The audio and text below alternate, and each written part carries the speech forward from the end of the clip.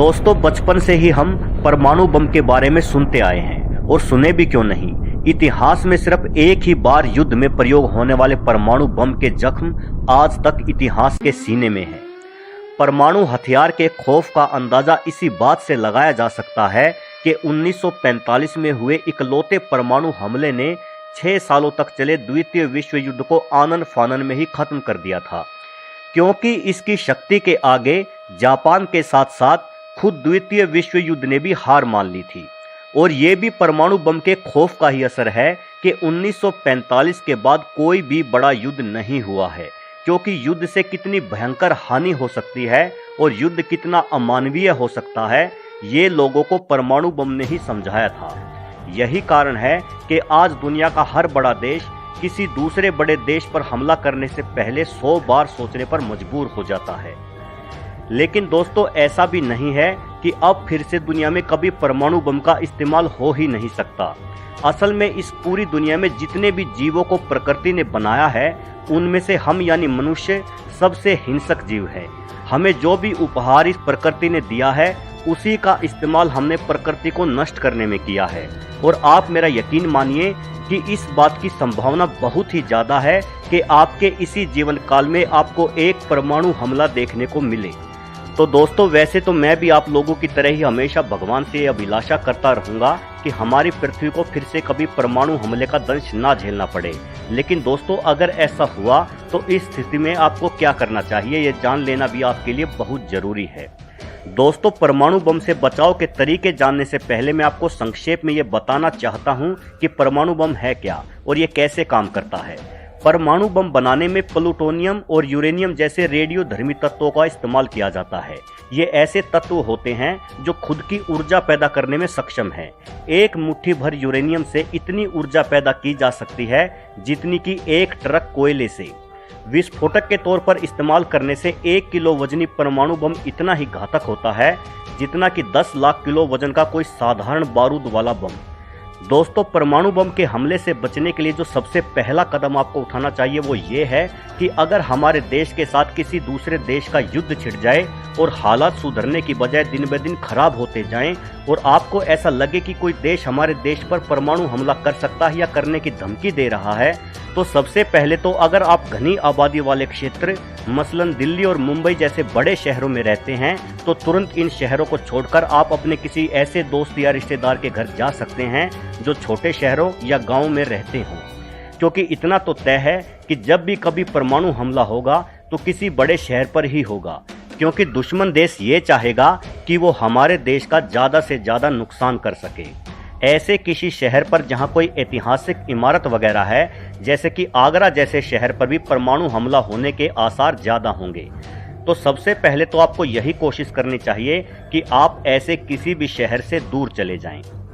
दुनिया के कई बड़े देश आजकल अपने बड़े शहरों में ऐसे शेल्टर बना रहे हैं जिन पर परमाणु बम बेअसर साबित होंगे। इन शेल्टरों में वहां के निवासी परमाणु हमले की दशा में शरण लेकर अपनी जान बचा सकते हैं।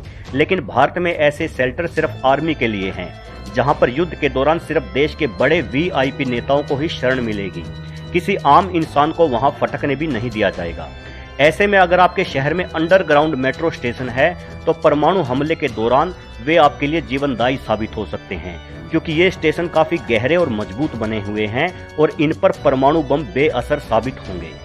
दोस्तों, अगर परमाणु बम आपकी लोकेशन के 5 किलोमीटर के अंदर अंदर गिराया गया है तो आप फौरन ईश्वर को याद कर लें और अपने द्वारा किए गए सभी पापों की क्षमा मांग लें, क्योंकि अगले 3 सेकंडों के अंदर अंदर ही आपका अस्तित्व भाप बनकर उड़ जाएगा।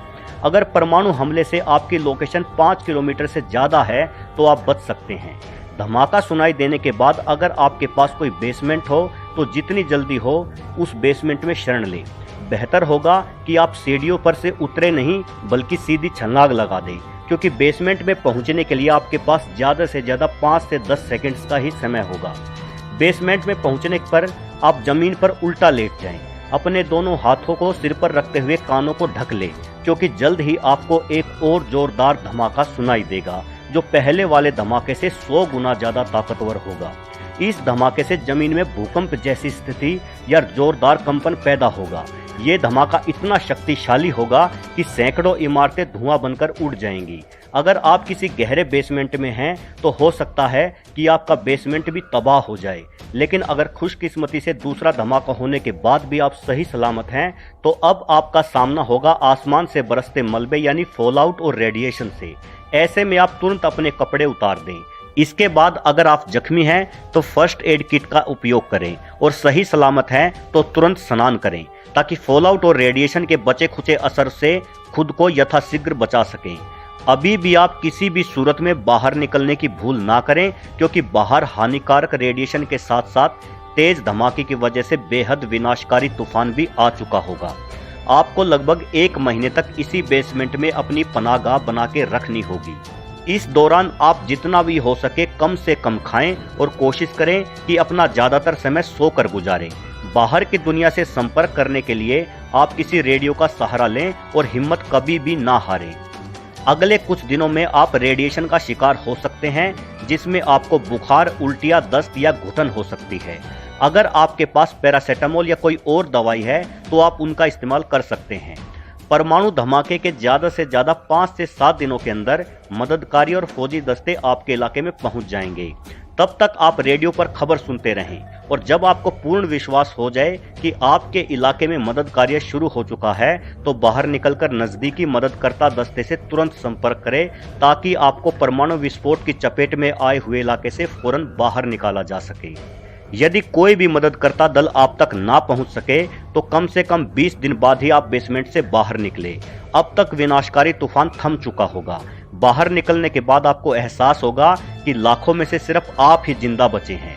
अब आप जितना भी जल्दी हो सके उस इलाके को छोड़ दें और रेडिएशन खत्म होने के बाद ही उस इलाके में वापस आएं।